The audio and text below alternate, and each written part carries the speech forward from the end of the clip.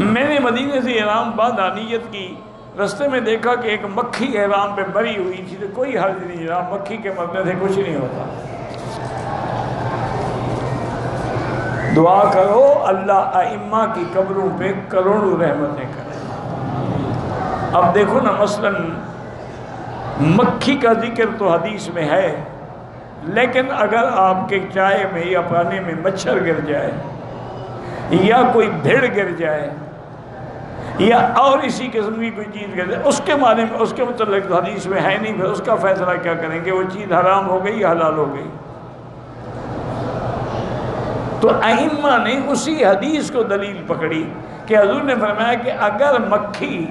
آپ کے کھانے میں پڑے یا دودھ میں پڑے تو اس کو پورا ڈبو دو، کیونکہ اس بدبخت کے دو پر ہیں، ایک میں بیماری ہے، ایک میں شفا ہے،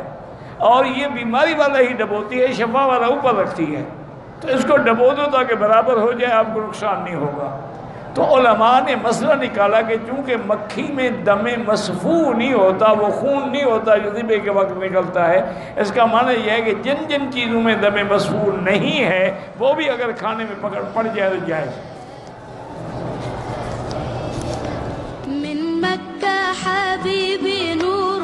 سطع المدينة